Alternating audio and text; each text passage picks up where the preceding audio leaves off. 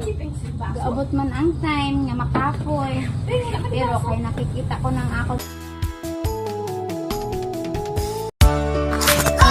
Hello guys, for today's video, bali po, meron pong konting kwento about sa aking barkada, tsaka classmate na rin.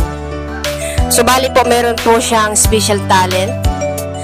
Pinuntahan ko po siya nung nakaraang araw. So tara po, samahan niyo po ako sa aking kwento. So ayan na nga, papunta na tayo sa bahay ng aking classmate. So bali, bago po ako pumunta sa bahay nila, bumili po muna ako ng tinapay. Kasi yung routine ng buhay ko pagkagaling ko sa trabaho, yung ginagawa ko is nagkakape ako pagkagaling sa trabaho. Pagka uwi ko, yun po talaga yung trip ko. Yung uwi ako sa bahay, tas